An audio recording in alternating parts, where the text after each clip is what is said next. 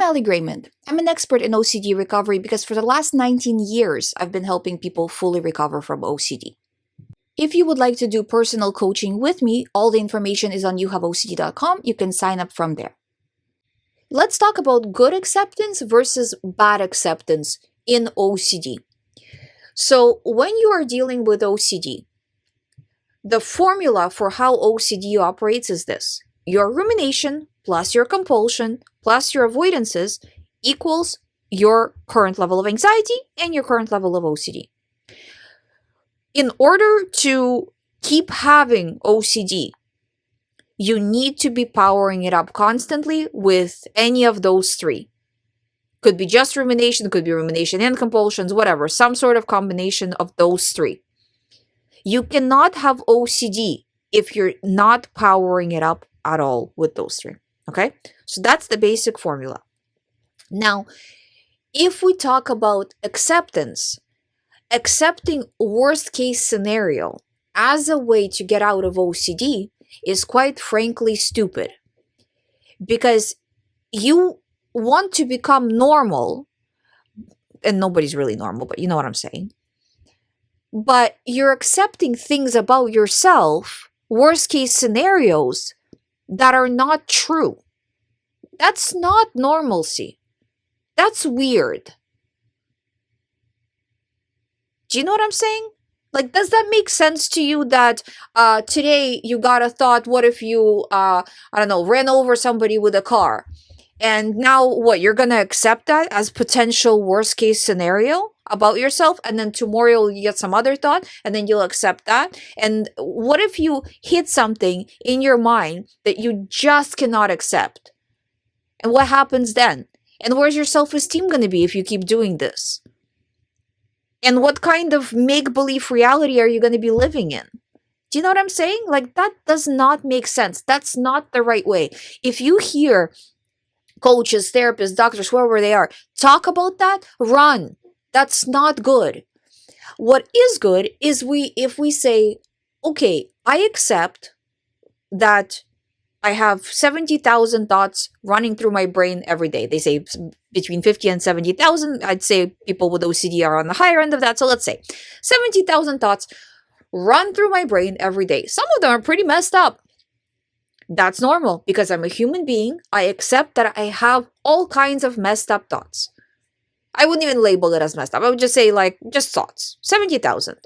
I'm accepting them as being there. I'm not going to pick them out and examine them. I'm not going to take them really seriously. I'm just going to look at them as a stream of thoughts. And I will accept that there might be thoughts there that I don't agree with or I don't like or I feel like I like and I worry what if I like them, whatever. All of that. I accept that. Do you see how that's a normal thing to accept because all of that is true? You do have that many thoughts running through your brain. You do have some thoughts that are going to be a little off. So it's okay to accept that because we're accepting normalcy. And again, through that acceptance, we're saying, because I accept it, I'm going to make the choice not to ruminate about it because this is just normal.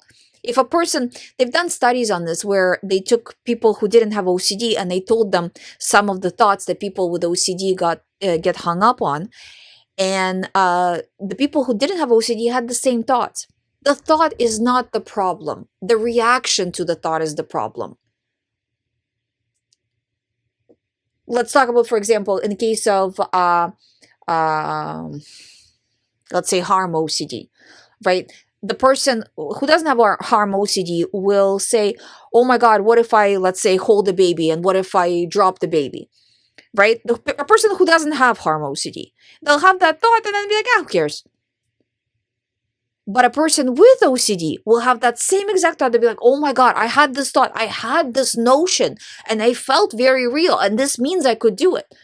So the original thought was the same, but the reaction was totally different. That reaction flags it in your mind and the thought starts to repeat itself, which is even more terrifying for a person with OCD because they're like, well, now it's repeating itself. It means it's important. And that's how the snowball happens, right? So again, accept only the idea that people have thoughts. Don't accept worst case scenario. You don't need to do that. If you hear people say accept worst case scenario, run from those people. They don't know what they're talking about. I don't care what kind of label they have. They don't know what they're talking about.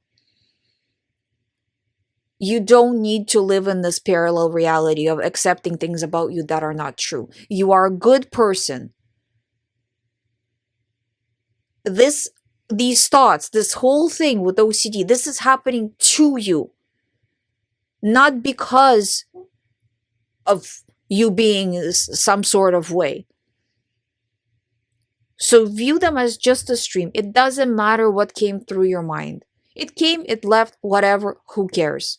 The more you like to develop the skill of who cares, what you need to do is do the tracking, because every time it comes in, right, what we are tracking is we're tracking your reaction. We're improving the reaction. So when that thought of whatever, I'm going to cause some sort of harm, comes in, you know you're accountable. You know you're tracking the rumination minutes. So you're not going to let yourself start to figure it out, go on Google, because you just don't have those minutes. You don't have the budget for that, because you got to reduce from yesterday. And like this, little by little, you will get them down. And the more the rumination goes down and compulsions and avoidances, the more your anxiety will drop, and little by little, OCD will go away. Thank you for listening. If you have not subscribed, please subscribe. If you would like to do private coaching with me, please sign up through youhaveocd.com. I'll see you tomorrow.